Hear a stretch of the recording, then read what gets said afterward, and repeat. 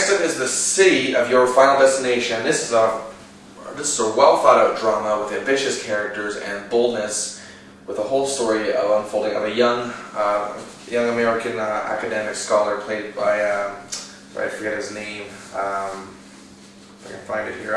Omar Metwally, and he's of course got the distinction to write the biography of the late Jules Gunn. But however, due to things going awry, he must venture to Uruguay, and because he's denied authorization to, well, anything. Now, of course, his fiancée is the one who convinced him to get down there, and along the way we meet the people in the late author's life. We meet his brother Adam, played by Anthony Hopkins, Adam's lover Pete, played by Hiroki Sanada, the widow Caroline, played by Laura Linney, and of course she's always fantastic, and Anthony Hopkins, well, that goes without saying.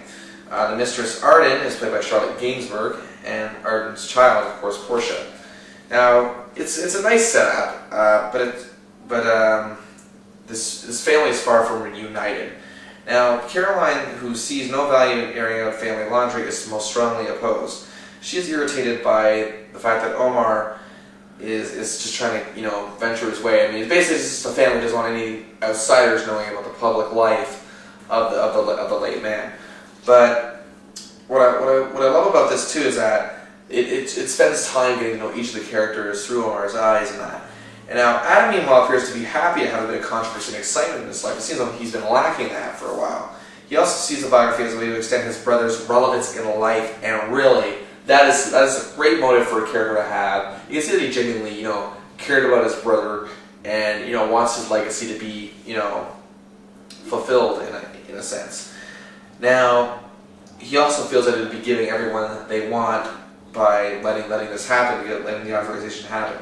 Now, the film is written by Merchant Ivory, and the dialogue here is just so breezy with its dramatic elements, and its subtle comic timing, but it's real life kind of comedy, where it's just the kind of comedy you picture just happening in terms of reality, and it's also got a strong undercurrent of just sadness within it too, because they're talking about someone who they lost.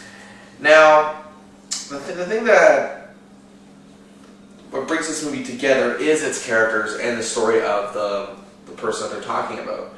It gives this character a sense of his identity by talking about him, and it is, in a way, it can get lost in the translation of that aspect.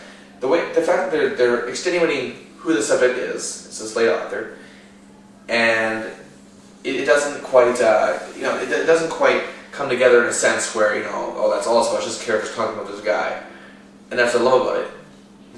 This person is within them, and you gotta love how he's been so effective in their lives, whether it be a good or negative sense, and that's what I liked about this movie. The City of Your Final Destination isn't great, but it was a nice movie to sit through. It was just a great experience to go through.